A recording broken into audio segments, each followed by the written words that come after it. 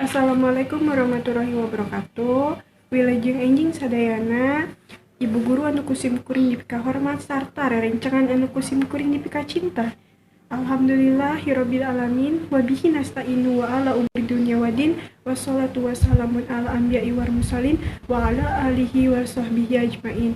Langkung tipayun urang manjatkeun puji sandareng syukur ka Allah Subhanahu wa taala anu mana tos maparing kasehatan ka urang sadaya sangkan tiasa patepang rarai dina aya waktos.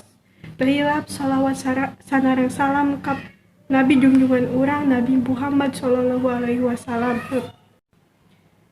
Dina waktos ieu abdi bade ngadugikeun kumaha pentingna hidup sehat, kumaha ngajaga diri dina hidup jeung paedah ngajaga kasehatan. Kumargi ieu kitu urang sadaya kedah ningkatkeun carana gaya hidup sehat. Urang kudu asup bersih sadaya teras wajib ngajaga lingkungan sangkan dijauhkan dina sagala panyakit.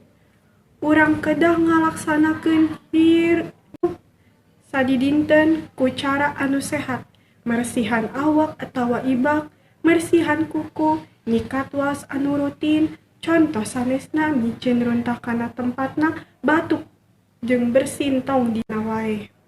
Mun sakitu anu kusim kuring bade dipikahatur bilih aya basa anu teu merenah nyuhungkeun dihapunten. Wabillahi wa taufiq wal hidayah. Wassalamualaikum warahmatullahi wabarakatuh.